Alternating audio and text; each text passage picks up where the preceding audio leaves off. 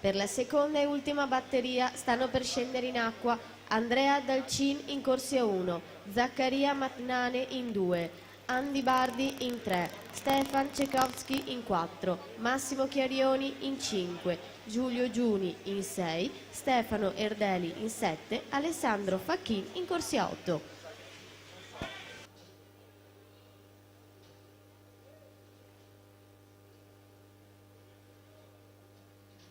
In corso la gara dei 100 farfalla ragazzi, primo anno 2004, soltanto 2 le batterie previste come già ricordato da Giulia, dunque da 16 a 8 atleti. Corsia 5 Matteo Calzeroni, Virtus Poggi Bonsi in vantaggio. A lui la vittoria di questa batteria numero 1 col tempo di 1.03 e 95 su Formentin secondo 1.06 e 37.